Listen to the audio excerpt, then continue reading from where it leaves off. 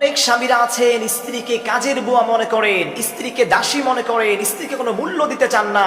আপনি মনে রাখবেন আপনার স্ত্রীরও কিন্তু একটি হক রয়েছে আপনার উপর। আপনার কাছে কিন্তু স্ত্রীর একটি ব্যক্তিত্ব বোধ রয়েছে, আপনার স্ত্রীরও কিন্তু সম্মান রয়েছে।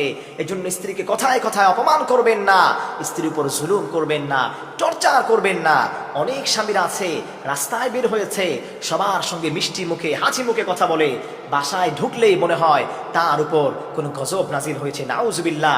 স্ত্রীর সঙ্গে কথা বলার আগেই স্ত্রীকে গাল মন্দ করে, নুন থেকে চুন খসলেই স্ত্রীর উপর আঘাত করতে যায়। আমি আপনাকে বলছি প্রিয় ভাইরা যারা আছেন, স্ত্রীকে কাজের বুয়া মনে করবেন না, তাকে আপনার দাসী মনে করবেন না।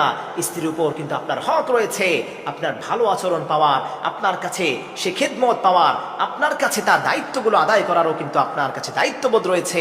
আল্লাহ কিন্তু আপনাকে জিজ্ঞেস করবেন এবং মা বোনদেরকে সম্মান দেওয়ার চেষ্টা করবেন। কাজের বুয়া মনে করবেন না, স্ত্রীর অধিকার রয়েছে, স্ত্রীর হক রয়েছে। আপনি চিন্তা করেন আপনার স্ত্রীকে যদি কাজের বুয়া হিসেবে সে যদি কাজ করত, আপনার ঘরের কাজের বুয়া হিসেবে, তাহলে কিন্তু তাকে বেতন দিতে হতো। আপনার সন্তানকে লালন পালন করতে হলে মানুষ রাখার জন্য কিন্তু বেতন দিতে হতো। আপনার স্ত্রী আপনার সংসারটাকে গুছিয়ে রাখছে, আপনার মা বাবাকে গুছিয়ে রাখছে, তাকে তো আপনার পুরস্কৃত করা দরকার, সৌহার্দ্যপূর্ণ আচরণ তার সঙ্গে করা দরকার। আর আপনি যদি তাকে জুলুম করেন, তাকে কষ্ট দেন, মনে রাখবেন স্ত্রীর প্রতিটা ফোঁটা কান্না পানির জবাব আল্লাহর কাছে কিন্তু আপনাকে দিতে হবে। এর কিন্তু রেহাই আপনি পাবেন না। আপনি তার উপর জুলুম করেন, নির্যাতন করেন, অহেতুক টর্চার করেন, মানসিক চাপ প্রয়োগ করেন, আল্লাহ পাকের কাছে সে যদি সিজদায় গিয়ে বিচার দেয়, আল্লাহ কিন্তু আপনাকে ছাড় দিবেন না। অতএব স্ত্রীকে কাজের বুয়া নয়, স্ত্রীকে আপনার কোনো ঘরের কাজের বুয়া নয়, দাসী হিসেবে নয়।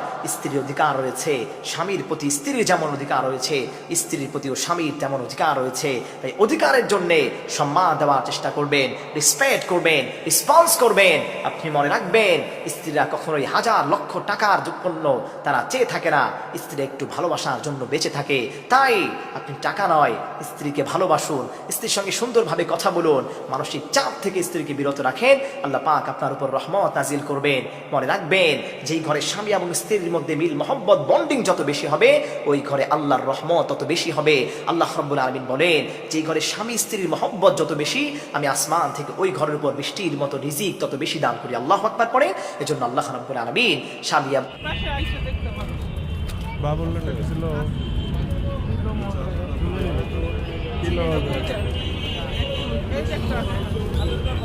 শিক্ষণীয় কি আছে?